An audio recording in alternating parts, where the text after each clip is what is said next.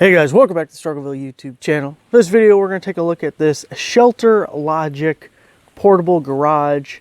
Put it up last week, mentioned in a video the other day, and someone asked some questions about it, and I thought, well, we can make a quick video kind of looking over the thing and give you an idea what you're getting if you are interested in it.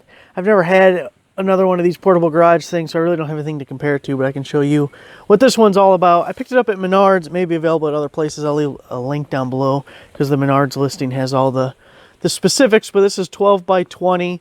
It's 9 feet tall. You can see it's got the kind of round top to it. And Menards actually has a really good deal on it right now. It's originally like $400 or $500, but then it's on clearance. There's a $100 rebate, and then they also have their 11% rebate currently going on, and the 11% is assuming you don't mail in that other $100 rebate, so it's on that top line amount, not the discounted. Anyway, after it was all said and done, I paid, I think, $210 for this. And of course at Menards, if you buy something with rebate money, then you do not pay sales tax. So really good deal there. You can see it's got the zipper door on the front.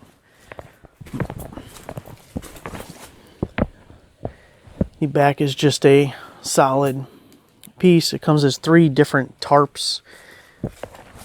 Now we unzip this guy.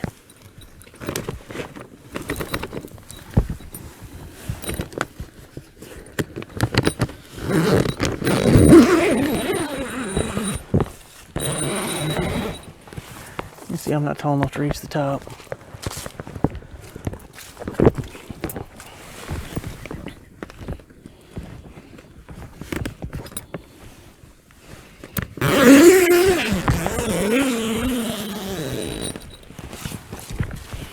It came with 2 little bungee things that go in those corners, but I'd have to get a ladder to ever use it anyway, so I just had this little makeshift thing I'm doing right now until I come up with a better idea. So here's what the inside looks like.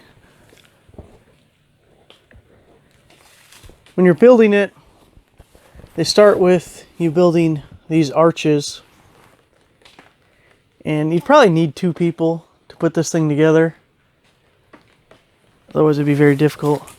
There's 2 different bolt sizes this thing uses. Like, see that bolt there? It's too long for that spot. Long bolts are supposed to go there, or short bolts are supposed to go there. Long bolts are supposed to go where these brackets are. But they're all in the same bag, and as you can see, this is a short bolt, but it still worked. We got enough nut there to, or enough stud there to thread the nut. So I didn't pay much attention to which bolt was supposed to go where.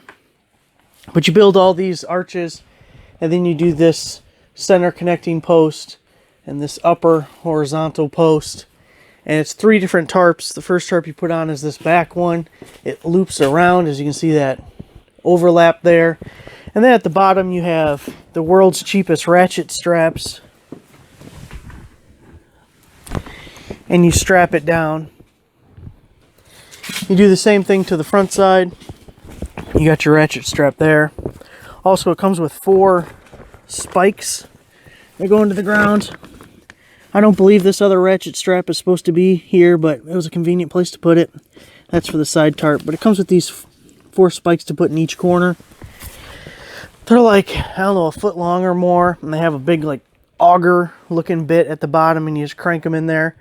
I was able to do it with an impact wrench and just putting a big old socket on the end, and it worked out pretty well. So after you put on the door and the back, then you put on the center.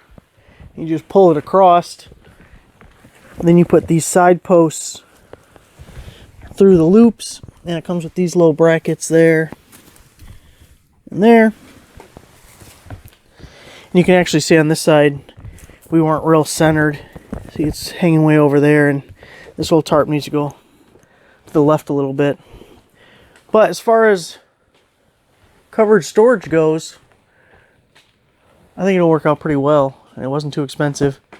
Gives me another spot that's somewhat secure. I'm really interested to see how well the tarps hold up and how long it lasts.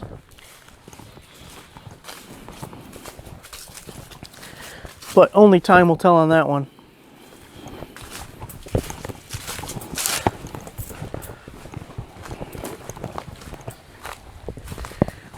Here's what the back of it looks like. You can see the bottom doesn't come all the way to the ground. It does have this little loop that you could put something through. I don't know if I can put something through that and kind of pull on it a little. In my case, I'm between this garage and these other buildings to the left. And then there's these pine trees back here, so I think I'm pretty well blocked from the wind, because I don't know how much I would trust this thing with the winds we get out here. And I'm underneath this tree, help with the sun rotting the tarp. Of course, if one of these branches breaks and falls on it, that could be interesting.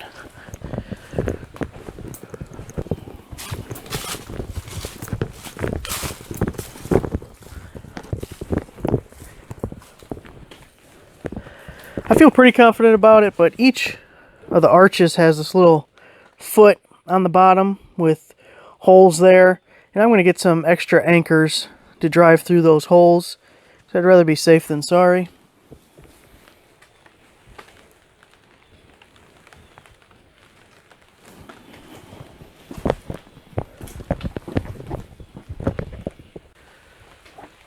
Give you an idea what it looks like with the Corvette in it. And some Mustang parts. I mean, really, it's big enough that if you had no other options, you could use this as a garage. You can actually do work out of. You can see, you can walk all around it. Obviously, Corvette's a little bit bigger than a lot of nowadays cars, but also has a high enough roof you could probably put a truck in here.